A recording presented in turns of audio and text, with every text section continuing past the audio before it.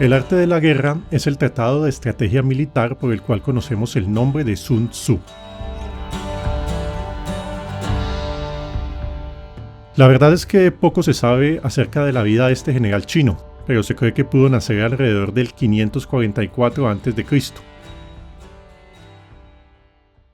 En su tratado, este general aborda la guerra desde una perspectiva estratégica, incursionando en temas psicológicos, económicos, topológicos, de inteligencia militar, organizativos, de liderazgo, etc. Todo esto con sentencias breves y claras, particularmente pragmáticas.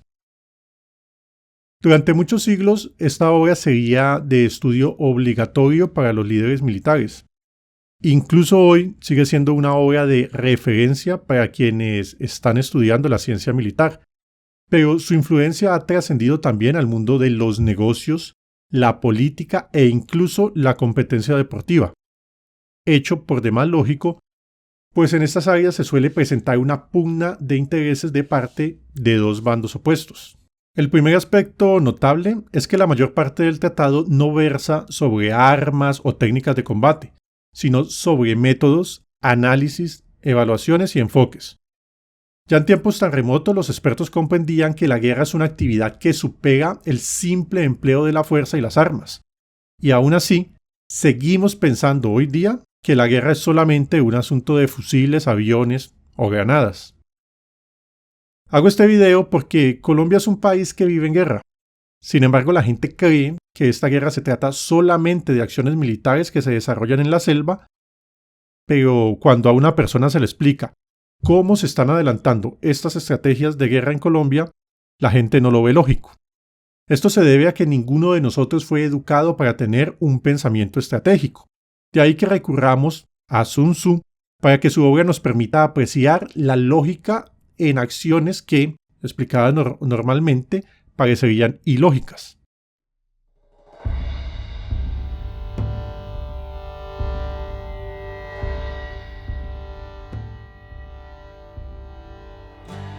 El arte de la guerra se basa en el engaño. Una de las primeras sentencias del arte de la guerra es quizás el principio más importante de toda la obra. Vivimos en un país en guerra.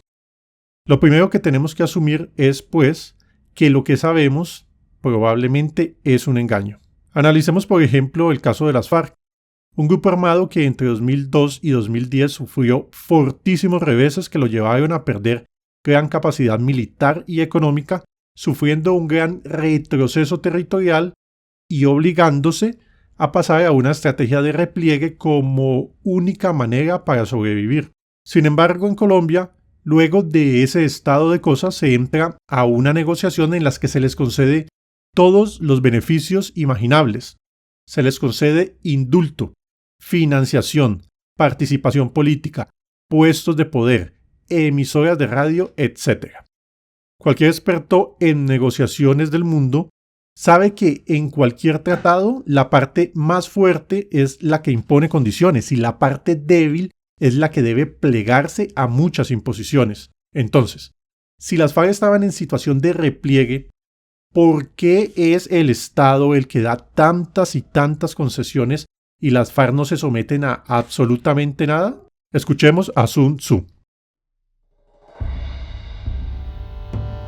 Por lo tanto, cuando es capaz de atacar, ha de aparentar incapacidad. Cuando las tropas se mueven, aparentar inactividad. Si está cerca del enemigo, ha de hacerle creer que está lejos. Si está lejos, aparentar que se está cerca.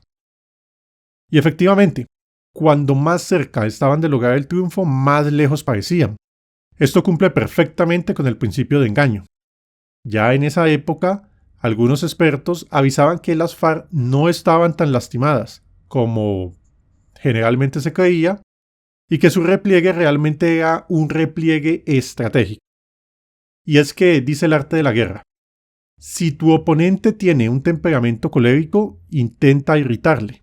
Si es arrogante, trata de fomentar su egoísmo. Es decir, que los defectos de carácter de los enemigos deben ser estimulados.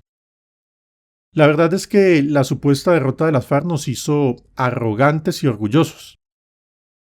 Por eso nos descuidamos y jamás nos imaginamos lo que venía para Colombia. Aún así, los colombianos nunca aceptaron, como quedó demostrado en el plebiscito de los acuerdos de La Habana, que las FARC terminaran impunes y en el Congreso. Entonces, ¿cómo es posible que de todas formas hayan logrado llegar hasta ahí? Dice Sun Tzu. Entre los funcionarios del régimen enemigo se hallan aquellos con los que se puede establecer contacto y a los que se puede sobornar para averiguar la situación de su país y descubrir cualquier plan que se trame contra ti. También pueden ser utilizados para crear desavenencias y desarmonía. Sun Tzu menciona varios tipos de espías, entre ellos destacan los internos, que según el texto pueden crear desavenencias y desarmonía, es decir, que este espía no solo proporciona información, sino que sabotea desde adentro para entorpecer o evitar cualquier tipo de resistencia. Y aquí quiero ser claro. Cualquier persona que repase con detenimiento el comportamiento de los líderes del no, verá que sus acciones contribuyeron al triunfo de los acuerdos de La Habana. Porque sus mensajes al pueblo no fueron claros, porque mientras hablaban con mucha dureza, sus acciones jamás fueron contundentes. Pero sobre todo, porque cuando ganó el no en el plebiscito, jamás emprendieron ninguna acción concreta, más allá del discurso, para reclamar el cumplimiento de la palabra del pueblo. En resumen, los líderes del no se aprovecharon de la confianza de los colombianos para malguiarlos de manera que no pudieran evitar los acuerdos. Y así fue como se logró imponernos a las FARC. Pero, ¿cómo es posible que las personas hayan seguido tan estrictamente a estos espías sin cuestionarlos? La verdad es que eso tiene una explicación muy sencilla.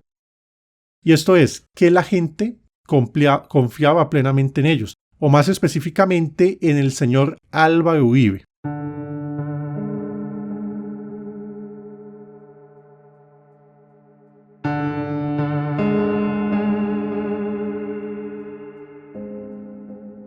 Las personas que tengan más de 40 años de edad recordarán lo que significó para los colombianos la década de los 90, una de las décadas más oscuras y sangrientas de la historia de Colombia, cuando las FARC, a base de volar puentes, torres de energía, oleoductos, destruir poblaciones enteras y secuestrar a cientos y cientos de civiles, básicamente puso al país de rodillas.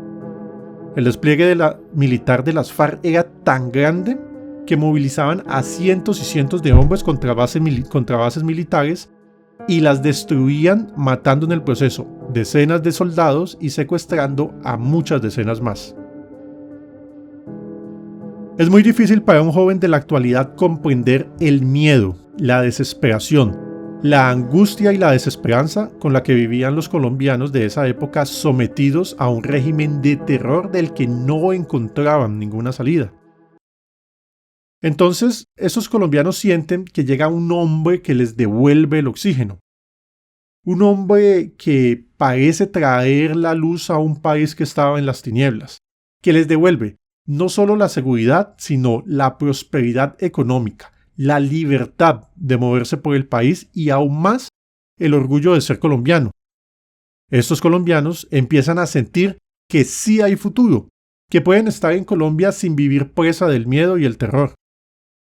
La consecuencia de esto es lo que estamos viendo ahora, que después de tantos años hay gente que apoya y seguirá apoyando a Álvaro Uribe hasta el día de su muerte y aún morirán por él y jamás aceptarán que alguien les diga la dura realidad, que Álvaro Uribe, al igual que Santos, los traicionó.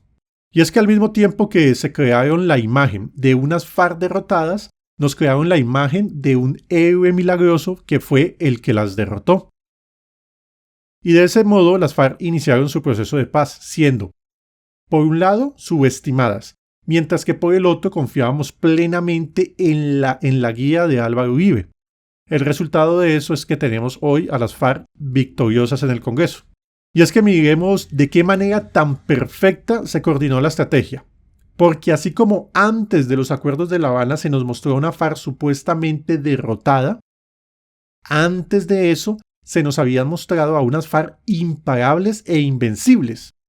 De ese modo se consiguen al mismo tiempo los dos efectos que buscaban. El primer efecto es consagrar a Uribe como una especie de héroe mitológico, como un Perseo decapitando a la Gorgona, llegó Uribe para derrotar a las FARC. El segundo efecto es que veamos efectivamente a unas FARC derrotadas, de las que ya no tenemos que temer nada. O, para entender lo que estamos explicando de una forma un poco más clara, consultemos de nuevo El arte de la guerra.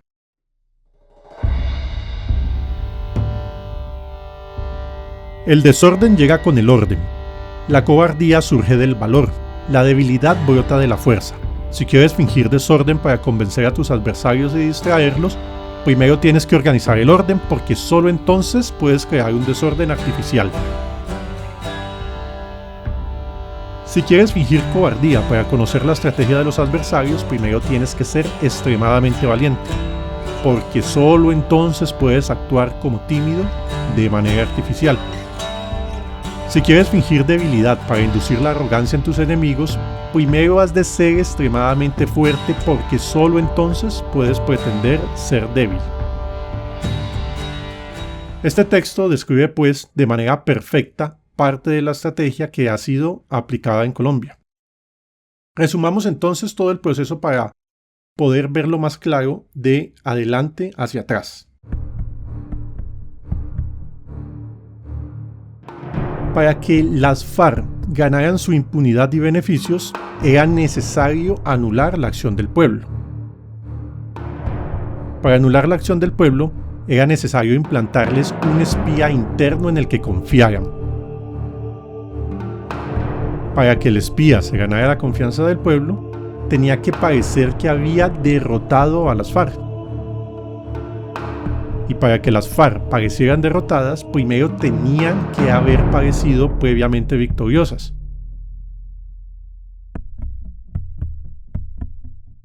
Así que el asunto está muy claro.